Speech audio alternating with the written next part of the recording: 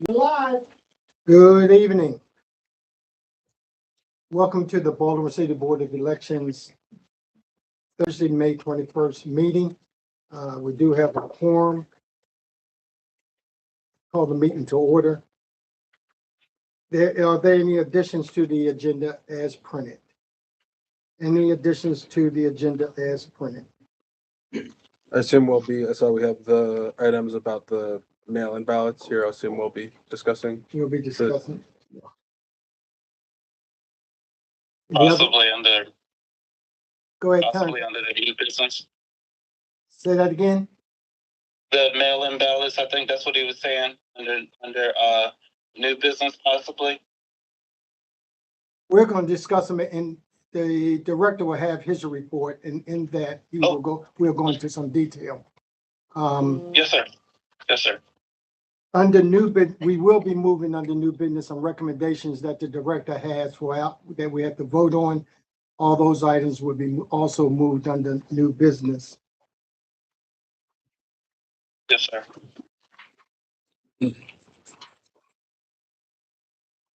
Hearing no other additions or omissions from the agenda, I move for a motion to accept the agenda as written and as added. So moved. So moved. Second. Has been properly moved and second that we accept the minutes as written or revised. Are there any unreadiness? Any unreadiness? Any unreadiness? Hearing and seeing none, all in favor of the motion signify by saying aye. Aye. Those opposed have Aye. a right. Thank you. Before we get into the business, I think we want to take a moment. Need to accept the minutes. I'm not there yet. Oh, you're not there. Okay. Before we get into the business of it, I just want to take a moment that we take a minute of silence for the loss of our Deputy Director, Abigail Goldman. And so we can just pause for a minute to do that. And any other person who has passed since our last meeting.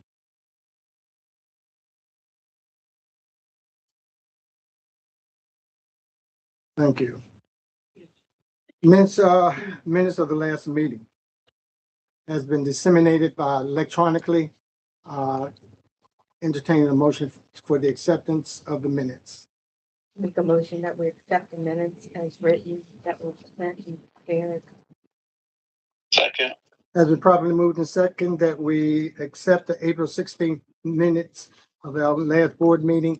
Any unreadiness? Any unreadiness? Any unreadiness? Hearing and seeing none, all in favor of the motion signify by saying aye. Aye. Those Aye. opposed have a right. Thank you. Minutes have been approved.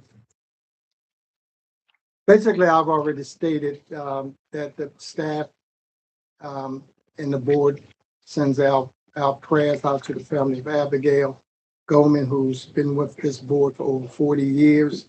And the board, you'll see something later on in the presidential report, director's report, where we will be tentatively putting something together as we move along in our honor. Director's report. Cliff Tatum. Thank you, Mr. President. In your packet, I've included a director's report with supporting documentation, and I'll work through the report and provide information and take any questions that any of the board members may have as we're going through. The first part of the report starts with voter registration activities. Active voters, 408,873. Inactive, 20,333. And canceled voters, 220,138 as of the day of this report. There are important dates for the board to remember and for the public to be mindful of. The first day of canvass is June 1st, 2026. And we have a public notice that we'll be publishing tomorrow, which is also included in your packet for review. The public LNA, which allows the public to come in and review how the board, the warehouse staff has conducted logic and accuracy on testing the voting equipment to ensure it's operating correctly and properly and accurately, would be June 1st and June 6th. June 1st on the 8:50 what we call the 850 scanners, which are the scanners that are used to scan the mail-in ballots. And on June 6th for the election day DS 200s, which are the scanners that are used at the polling locations. The voter registration closes on June the 2nd. As listed for important dates, the State Board of Elections is working to send out replacement ballots for the mail-in ballots that were mailed out on or before May 14, 2026 with the deadline proposed to be May 29th to mail out all replacement ballots.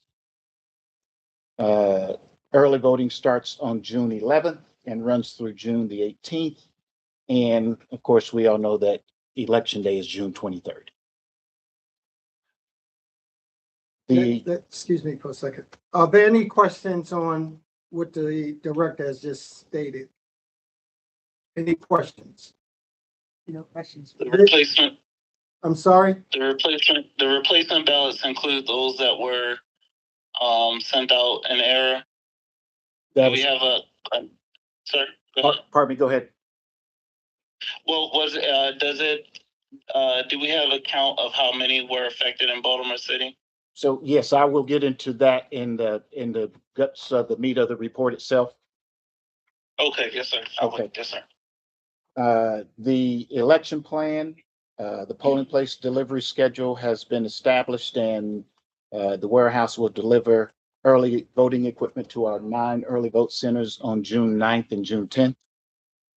The delivery schedule for election day sites will start on June 15th and propose to end on the 18th, perhaps the 19th, if necessary. And since our last meeting, we have discovered that we have to replace a polling location, move a polling location from an existing facility to a new facility. And that's also in the packet for us to discuss and will require your consideration and vote. Election judges, recruitment and training. I provided you with information related to how many judges we've recruited. We've met our goal of recruiting 300,000.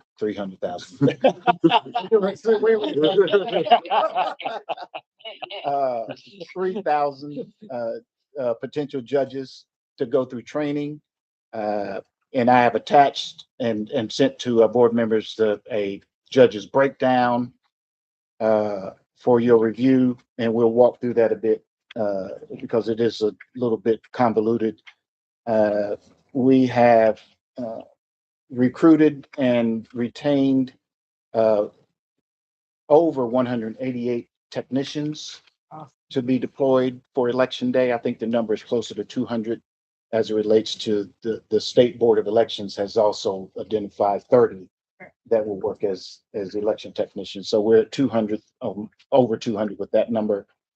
And as of to date, we have trained over 1,000 judges that have actually gone through the training. So sorry. What I would like to do for board members, as you go through each one of these sections in his report, that you write down your questions, if you have any, and then at the end, we can entertain them. That way we can keep the flow going the way he has it written down. Quick. We've trained over 1,000 judges, and that training started at Baltimore City Community College for the month of the month of April and May, and we moved over to East Baltimore to Mount Pleasant Church, and that training started on May 11th and will end on June the 19th. And training schedule includes Saturday training and weekday evening trainings for judges who have full-time and for students. We have sent out a email to over 9,000 Republican voters recruiting for election judge placement and training. And I've attached that parity report for you for review. As for voter outreach, for the month of April, we participated in 20 plus outreach events. And those events included voter registration, distributor training, and voting equipment demonstrations. And I highlighted in the report for you a number of the organizations that we conducted those activities with. I won't read them into the record, but they're there for your review. As for election readiness, we are currently conducting the logic and accuracy testing of our voting equipment. We have completed the logic and accuracy testing for the DS200s and the 850s for early voting, and the ballot marking devices for early voting, and we're continuing into processing the LNA testing for the election day equipment. The EPO books LNA testing does not start until the close of voter registration, and that's because we want to have all of the eligible voters that are eligible to vote included into the EPO book before we start LNA there. The voter registration closes on June 2nd, and we anticipate with all the data being any backlog of data, or any last applications that are submitted on June 2nd, it will be several days to get that into the system. So likely LNA will not start on the EPO books until at least June 4 or June 6, somewhere in that area. We have received all of our ballots from our ballot printer for election day ballots, the ballots that will be used at early voting and for election day. We are continuously conducting polling place review and readiness activities. We have scheduled the transportation and delivery for the voting equipment. And we are collaborating. We've had collaboration meetings with the Baltimore City Police Department and with other city agency partners who support our election efforts and the early voting efforts. And there will be several other meetings in preparation for election day itself. As mentioned, the notice of public LNA and the canvas is in your packet. We will post it to our website and send out according to the regulations to the stakeholders identified in the code. And we'll work with our city attorney on that, with our state's attorney on that. Our student recruitment continues with Baltimore Votes, and Baltimore Votes is here today, several representatives, and we have identified 2 Saturdays that will be available for students to be trained to serve as election judges in the event that we needed 2 Saturdays. But for certain, we have 1 full Saturday scheduled for Baltimore Votes. And I believe it is May the 30th, but yeah. Okay. And there's a second date there if we need for when additional students sign up to work the election. The ongoing projects and status of activities, the contracts and procurement update, I've listed the contracts there that have been approved. The taxi cab services contract is pending and will be presented at the Board of Estimates on June the 3rd.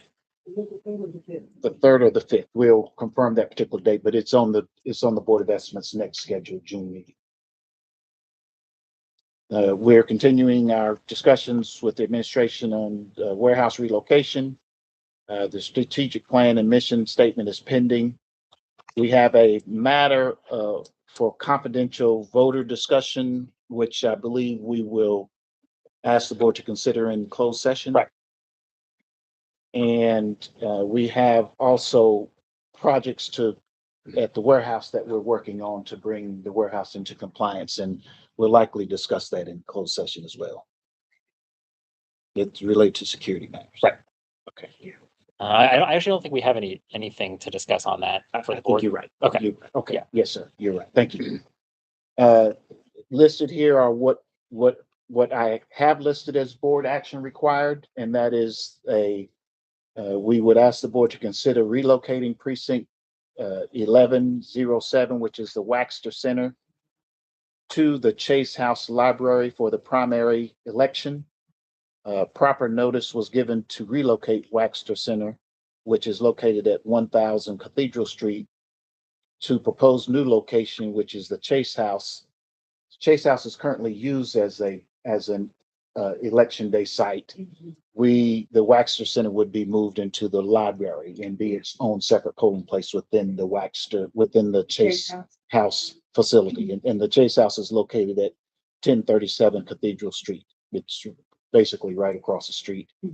We provided public notice to the public as required by the regulations, and we received some positive feedback on the proposed move.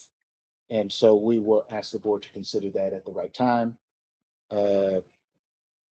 We would also bring to the board's attention that our next scheduled meeting, which is in June the 18th, is actually the last day of early voting, which is a very full and hectic day for us, I understand. So we would ask the board to consider not holding a board meeting in June, or reschedule that board meeting to a date in July. And of course, our July board meeting is scheduled for July 16th. We also will have the Canvas board meeting on June 1st, and then is there June 6th that week? I think it continues as needed. It continues Yeah. as needed. So there may be some opportunities there for us, but I'd ask that you consider rescheduling or postponing the June election, the June board meeting date. And then under board action, we were provided information that one of our long-serving chief judges passed I away. think Maria might be trying to call in. Yes. Hello, can you hear us? I can hear you, yes. Hold on one second. Mr. Threed, are you there? Stand by. Okay.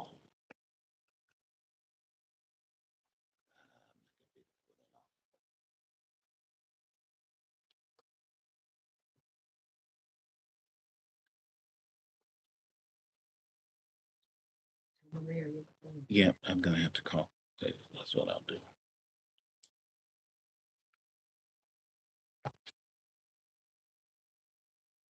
Mr. Threed, Yes, I'm here. stand by. Maria? Yeah. I will call you back on a different line to bring you into the call.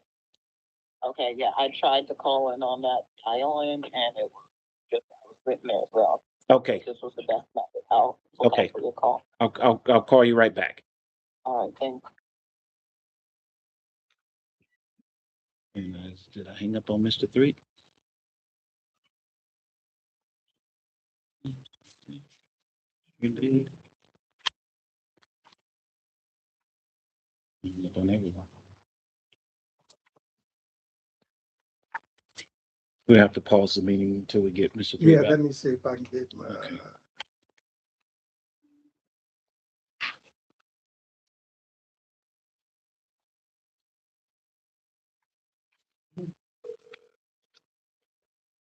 It's Threed. Maria? Yeah. I got you on my phone, so just hold tight. Mr. Threed, are you there? I'm here on your phone. Okay, very good.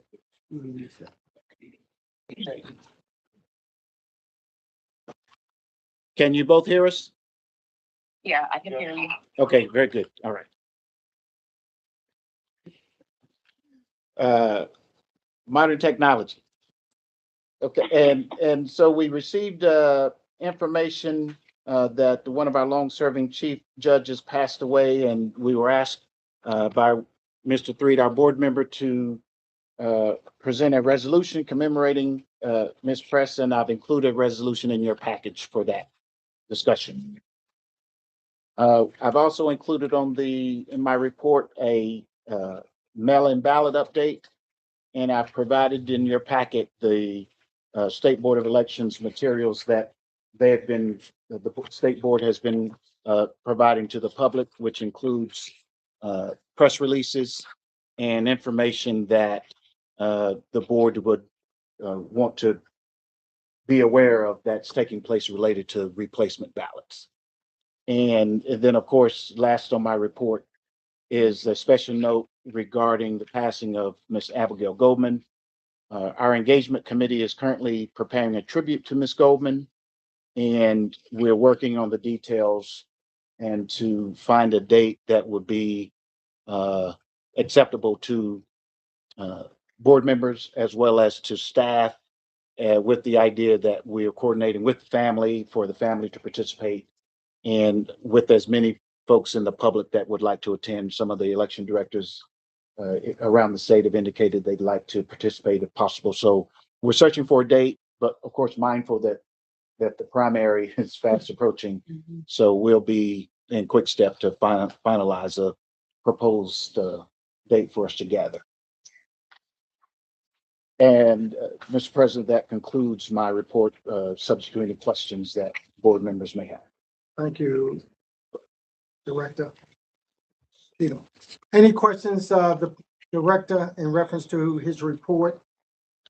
Any questions? I think Hope had a question earlier. I wanted to ask her if she had a question first. Oh, I had one, but he answered it while he was speaking, and that was about the LNA and the voter registration, that it'll occur once June 2nd was completed, and then the update to make sure that it's complete. So I'm good to go. Thank you, sir. Okay. My question was about, and I think you answered it as well, is about we have a separate printer for our ballots, right? And so we're not affected by the state mailer issue. But if we were affected, how much does it overlap? So for the correction, for clarity, we are impacted by the replacement ballot project. So Okay. according to state process, all mail-in ballots that are processed in the state of Maryland are processed by the state. And so as we process voters in MD voters, which is the voter registration system and the mail ballot system, the state sees that process and then pulls ballots to be generated by their printer, and the state handles the mailing and the printing and the mailing of those ballots out to every voter in the state. And so the error that has occurred has impacted every county and every city. Well, the city and every county. And so because the vendor wasn't able to identify the volume or the issues or who got the right ballot and who did not, the state made the decision to replace all the ballots. So for us, the city, we have roughly 48,000 voters who will receive a replacement ballot. Okay.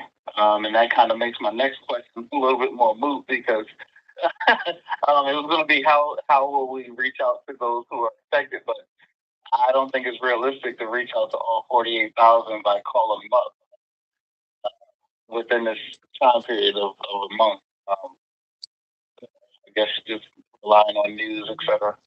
Well, so the state actually has a plan, a strategy to reach out to these voters. So there's a couple of things in your packet. I included 3 separate press releases from the state that describes the process that they're going through to notify these voters and to send replacement ballots to these voters. And so the first is a postcard that has been printed and I believe has been mailed initially to all voters that requested a mail-in ballot in the state of Maryland. And the second part of that outreach is a letter that will be included in the replacement ballot that's sent to every voter who requested a mail-in ballot. So they'll get a postcard, they'll get the mail-in ballot replacement envelope, which will include a letter that explains why they've received a replacement ballot. And that letter gives them instructions on what to do and how to vote that ballot and return that ballot to us. And the postcard is in a version in English as well as a version in Spanish. And we will post those postcards on our social media platforms, and we will submit or send out that information through our existing distribution list. We will also utilize the city's administration communication apparatus to send information out to their distribution list so that we get a cross pattern of communications from different sources beyond just the news and the radio. Thank you. I had a couple of things I wanted to raise. Is this the appropriate time for that? Yes. Yeah. So, I mean, the first thing I want to say is that I'm confident that, we're going to run a secure election here, and that, the city has strong procedures in place for making sure people don't vote twice. I think I have some questions, and we might not be able to answer them here, but I want to sort of signal how I'm thinking about it so that we can explore this in the months to come. And I guess the second thing I want to say, I'm hopeful that voters will follow the instructions. These are voters who sent in their applications early, got their ballots early. They're the most instruction followy voters, and so I'm confident that a lot of these 48,000 people are going to understand that these things happen, follow the instructions, and vote their replacement ballot. That said, I do want to make sure that we are doing the things that are within our power to, count as many eligible, legitimate votes as we can. And so one question I want to look at is, so to the extent that we receive ballots from people who don't send in their replacement ballot, so people don't follow the instructions, they vote the ballot they got, they send it back, they don't send in a replacement ballot.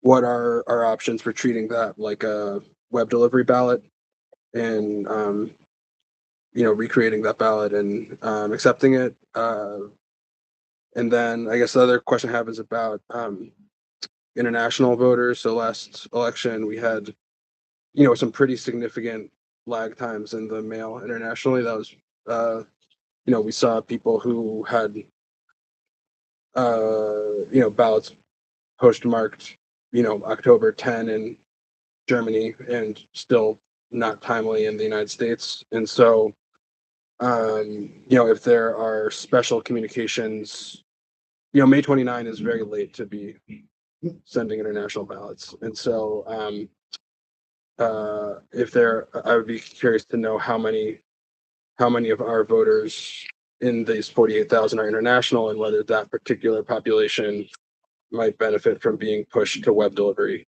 so that they can get those in the mail. Let me answer. Let me get two opinions, one from the legal advice and from the director.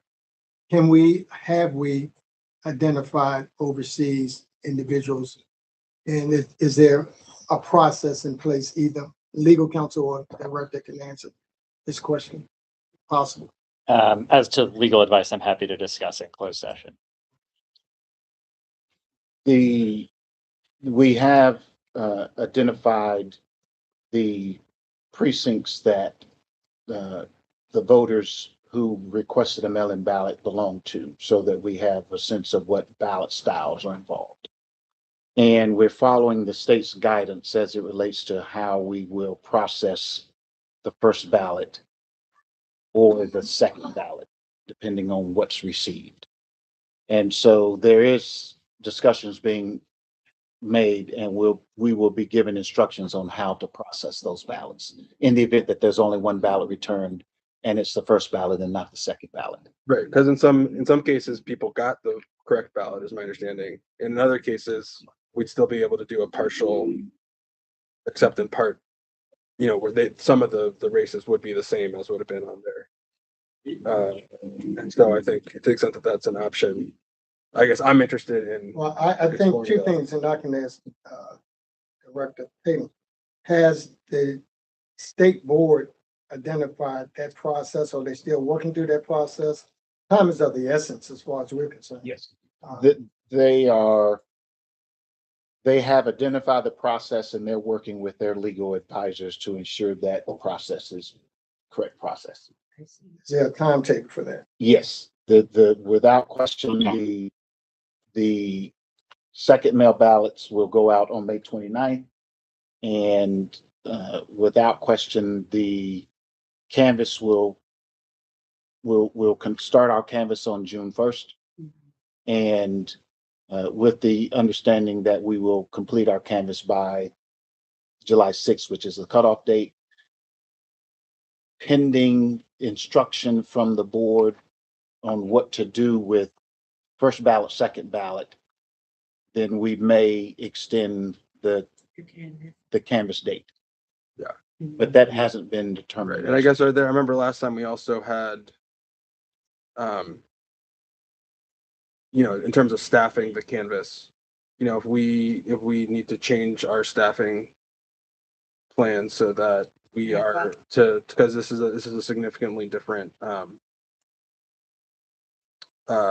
there's some new tasks that were not in the original plan now, where we need to be looking at, there's additional work. And I was wondering if the state is going to give us resources for that, if Baltimore City is going to give us resources for that.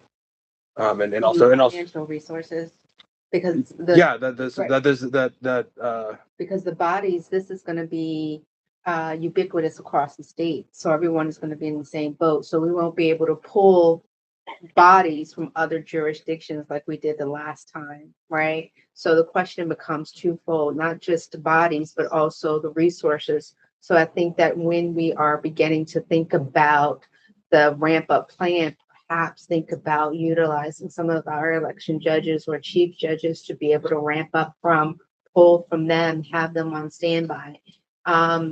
Possibly a specific training session in advance, so that they could be ready, right? And not necessarily learning on the job when we come to the warehouse.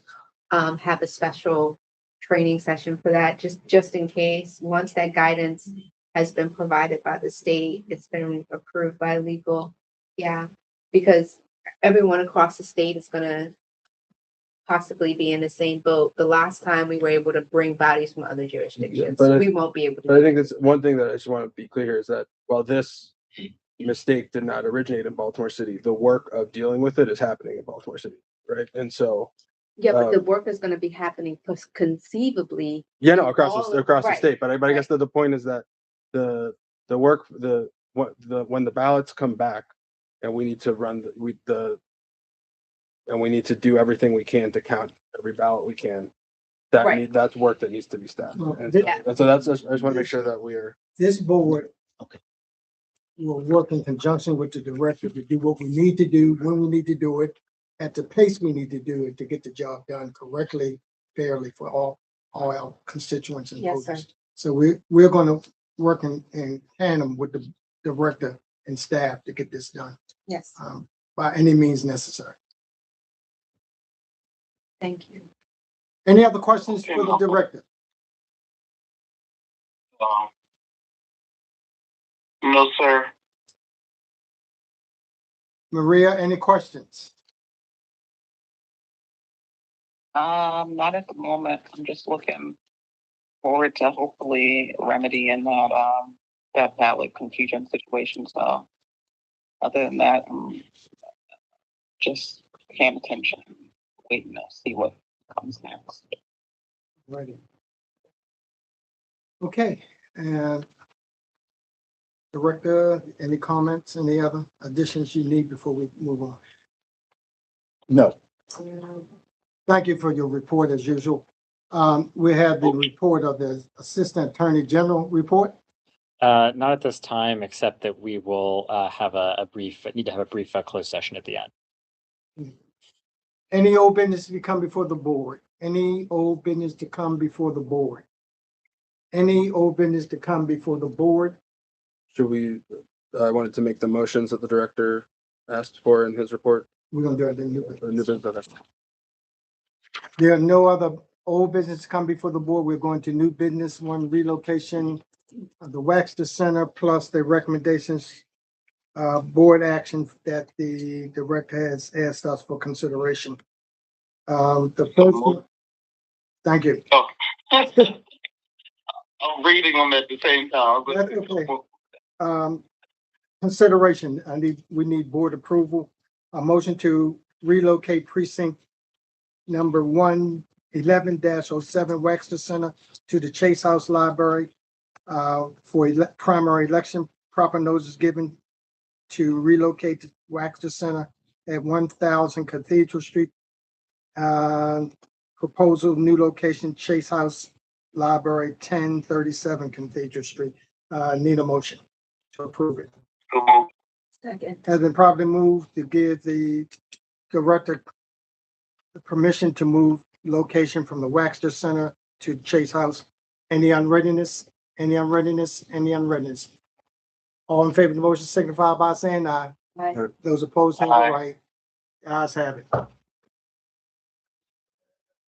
Second recommendation for the board considerations that we move the June board meeting because the schedule falls on the last day of early voting, and all staff will be actively engaged in closing preparations. The proposal will be moved to the July 16th meeting. Need a motion. So moved. Has been so moved and approved that we cancel. We don't use the word council, but I'm pretty sure that's what you're asking. We canceled the June 16th meeting. Right. Are there any unreadiness? Any unreadiness? Any unreadiness? All hearing none, all in favor of the motion, signify by saying aye. Aye. Those opposed have it right. Passes. We already, the resolution commemorating Miss Cecilia Press for her years of service as chief judge. The resolution is in your packet. I ask a motion that we approve that resolution. So moved. Second. Has been probably moved and second that the board approves the commemoration citation for Miss Cecilia Press. Any unreadiness? Any unreadiness? Any unreadiness? Hearing and seeing none, all in favor of the motion signify by saying aye. Aye. Those opposed have Aye. it right. The ayes have it. Thank you. You don't have to. You can read if you want to read. Okay. Yeah. I do want to say, for Director Tatum, the next